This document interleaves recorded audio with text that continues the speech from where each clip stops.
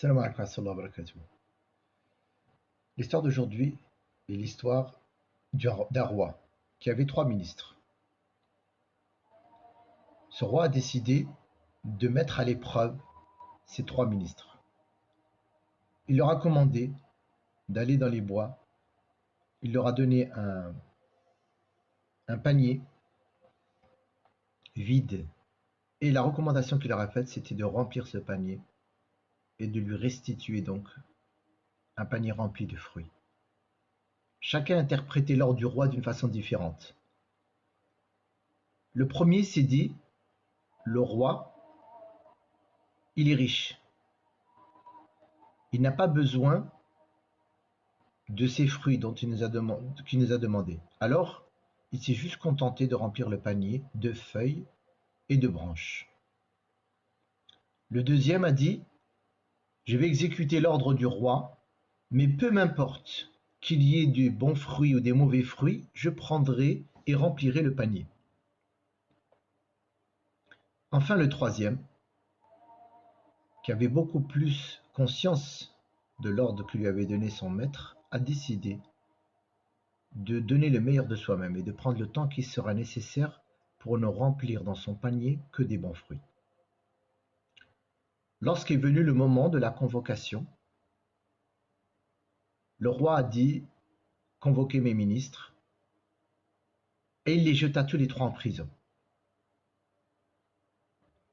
Le premier, avant de les jeter, le roi a dit « Jetez-les en prison et donnez-leur le panier qui doit les accompagner dans cette prison, sans regarder le contenu. » Le premier, au bout de quelques jours, décéda, puisqu'il n'avait rien prévu pour pouvoir se nourrir.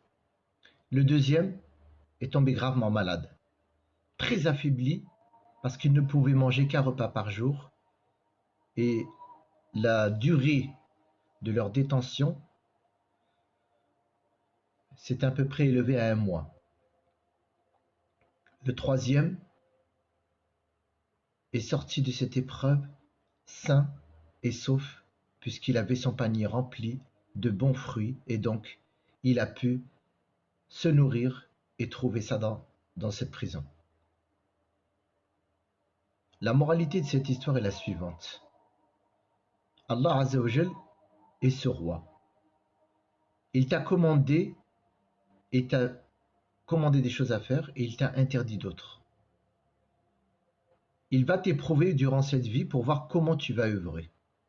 Certains d'entre nous n'exécuteront pas les ordres de ce roi et donc les négligeront complètement, comme ceux qui ne croient pas en Dieu.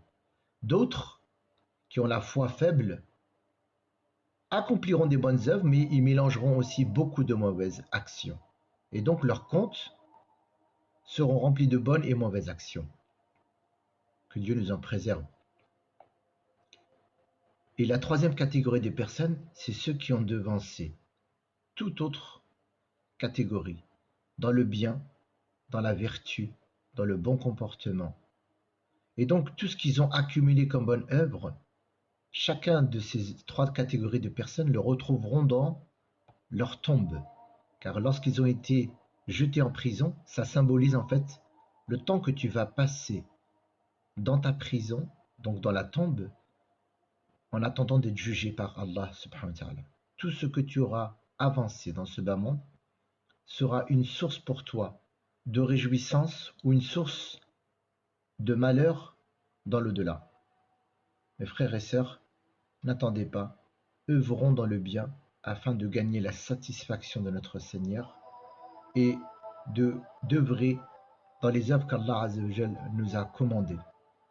Car viendra le jour où nous serons jugés sur toute la vie que nous avons passée, et ceux qui mériteront la récompense ultime et les hauts degrés du paradis, ce sont ceux qui auront œuvré sincèrement pour Allah Azza wa Jal et auront déployé tous les efforts pour obéir à Allah Azza wa Jal et à son prophète, qu'Allah nous compte parmi eux. Assalamu alaikum wa rahmatullahi ta'ala wa barakatuh.